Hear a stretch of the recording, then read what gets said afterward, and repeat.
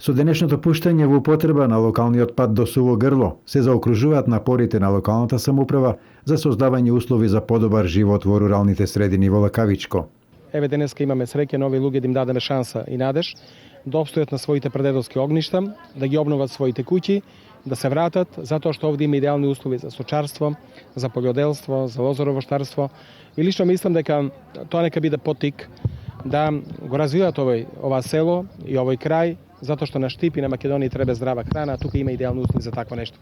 Преобразбата на селата преку подобрената инфраструктура е резултат и на координираната активност на локалната со државната власт. Спроведувањето на дело од страна на градоначалникот и неговиот тим покажува дека Република Македонија се грижи за секоја педа земја. Така да и на простор каде што има многу малку жители, таму се труди и градоначалникот и владата да се овозможи тие луѓе достоинствено да живеат. За жителите во Лакавичко патиштата значат нова етапа во нивниот живот. Се оствари нашиот сон, голем сон, што го чекавме 70 години.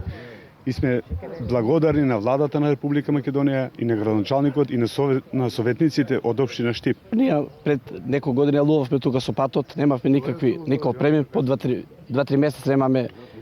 Кружевме преку други села со трактори, со други средства. Патуваш 30-40 минути, тука 3 километра, а сега патуваш за 3 секунди.